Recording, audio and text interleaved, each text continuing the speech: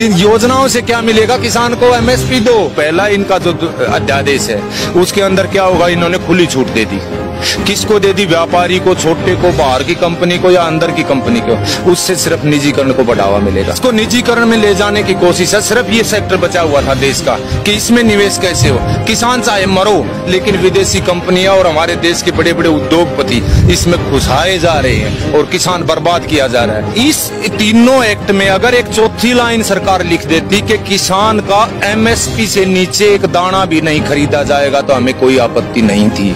लेकिन एमएसपी शब्द को इन्होंने छुआ ही नहीं। तो जैसे सब्सिडीज दे रही है सरकार, हमें सब्सिडी नहीं चाहिए, हमें फसल का रेट चाहिए। हमें कर्ज की बात करिए, कर्ज नहीं चाहिए, फसल का रेट दे दो।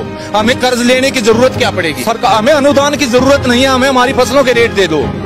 हम खुद इतने समर्थ हैं, देश को हम और भी ज्यादा बढ़ देंगे, समर्थ बना देंगे। पूरा चीन का युद्ध लड़ रहे हैं बॉर्डर पर सारी मीडिया, वहां से थोड़ी फुर्सत मिली। हॉस्पिटल जिसमें अमिताभ बच्चन थे, नानावटी, उधर जा खड़े हुए। उधर से ये विकास दुबे पर आ गए, विकास दुबे से ये वापस फिर इसमें सचिन पायलट के वहां चले गए। किसान की देश के अंदरूनी हालात इतने खराब हो रहे हैं साहब, अब आर पार के बगैर कोई समाधान नहीं है। सरकार ऐसे नहीं चाहती। मैं दावा करता हूं इस प्रदेश के जितने भी विद्वान हैं, पढ़े लिखे या किसान, आप एक बार अंदाजा लगा के देख लो 2014 में चना, सरसों, धान, कपास, मूंग, मोट, गुआर का क्या रेट था और आज क्या है। कम से कम 2 कदम तो चल के दिखलाते, 2 कदम तो, बल्कि लागत किसान की डबल हो गई है और आमदनी वहीं की वहीं खड़ी है। आज बेचारा बिहार का किसान अपने यहाँ कुछ 1750 के आसपास इसका मक्का का एमएसपी रखा हुआ है, वहां पर 600-700 से ऊपर नहीं बिका है साहब, आप तसल्ली करके देख लो।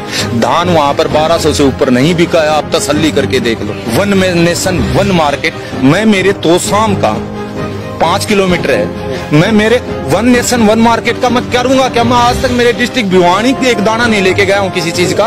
उस मार्केट में कर्नाटक कैसे लेके जाऊंगा, मैं हैदराबाद कैसे लेके जाऊंगा, मैं पटना कैसे लेके जाऊंगा जिसका किराया इतना पड़ा। न्यूनतम समर्थन मूल्य शब्द को छुआ ही नहीं, तो इसका मतलब किसान की बर्बादी के सिवाय इन अध्यादेशों में कुछ भी नहीं है। बड़ी मुश्किल से ये देश खड़ा हुआ था, ये ढांचा खड़ा हुआ था, मंडियों का ढांचा। आज देश में कितने करोड़ों आदमी है जो मंडियों में रोजगार कर रहे हैं, कितना किसान का पैसा लग करके कितने बड़े बड़े शेड खड़े हुए थे, ये उसको ध्वस्त कर देंगे। तो सरकार को जरूरत है ऐसे ऐसे कुकर्मों को सुधारे, जबकि ये रोज एक थैला भर के चले आते हैं। अब तो डर लगने लगा है देश की जनता को, कहीं बाथरूम में से कोई नेता मंत्री ना निकला और आते ही कोई योजना लॉन्च ना कर दे। हम सिर्फ चीन और पाकिस्तान की लड़ाई नहीं, अंदर से देश टूट गया तो पाकिस्तान और चीन हमें तो गुलाम रहना है इनके हैं, फिर वो कर लेंगे।